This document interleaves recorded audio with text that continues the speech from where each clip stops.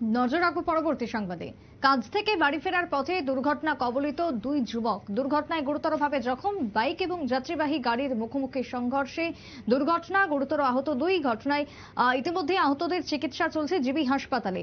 ঘটনা সম্পর্কে জানা যায়, বিশালগড়ে একজনের নাম টোটন চন্দ্র সাহা, অপরজন সুমন দাস। শুক্রবার রাতে আনুমানিক 1টা নাগাদ ঘটনা সংঘটিত বক্সনগর চৌমুহনী আলামিন টিভিএস বাইক শোরুমের ঠিক সামনে। কলমচৌড়া থানার পুলিশ জানতে পারে, তড়িঘড়ি বক্সনগর সামাজিক স্বাস্থ্য কেন্দ্রে নিয়ে যায়, তবে সেখান থেকে প্রাথমিক চিকিৎসার পর রেফার করা হয় জিবিতে। ট্রমা সেন্টারে বর্তমানে চিকিৎসাধীন দুই যুবক। ভয়াবহ দুর্ঘটনায় আশঙ্কাজনক অবস্থায় জিবি হাসপাতালে দুজনকেই রেফার করা হয়েছে। তবে এই দুর্ঘটনা প্রসঙ্গে কি বক্তব্য উঠে এসেছে শুনুন। ঘটনা তো আমি তো জানতাম না। এদিকে দাও, হ্যাঁ এদিকে দাও। তারা বিয়াবাড়ি অনুষ্ঠান শেষ করে বর্ষনগর আইতে বাজার রামটাবর কীর্তনে আশ্রমের কাছে বাড়ি তারা দাঁড় করলো। আপনার ছেলে বিয়ে বাড়িতে কি কাজ করে? ভিডিও ক্যামেরা করে। আচ্ছা, এই কয়টার সময় হয়েছে ঘটনাটা? 12:30। কোন জায়গাতে হয়েছিল ঘটনা? বর্ষনগরে রামটাবরের আশ্রমটা উপজেলাটা। পরে হাসপাতালে কে নিছে? এলাকার লোকজনই নিছে। হ্যাঁ, অ্যাম্বুলেন্স হয়ে গেছে। আপনারা কিভাবে খবর পাইছেন যে ছেলে দুর্ঘটনাগ্রস্ত হয়েছে? হসপিটালে যাওয়ানোর পরে অন্য লোককে ফোন করছে। ফোন করার পরে আমরা দৌড়াই, আমি গাড়ি নিয়ে রওনা হয়েছি।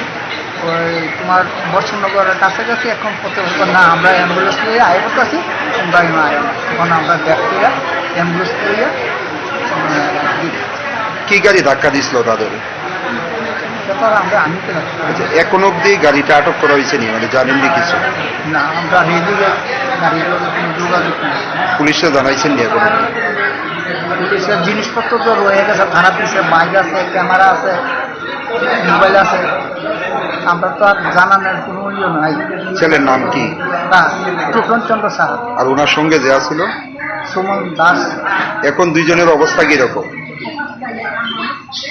অবস্থা নিয়ে হ্যাঁ একটু বেশি পাও ভাঙিয়ে গেছে গা, পাওয়ার।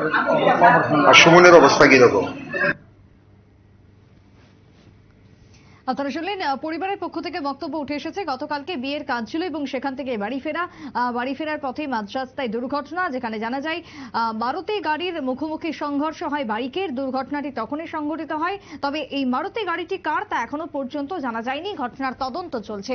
বর্তমানে আহতরা জিবি ট্রমা সেন্টারে চিকিৎসাধীন। ছোট্ট বিরতির পর ফিরবো, সঙ্গে থাকুন।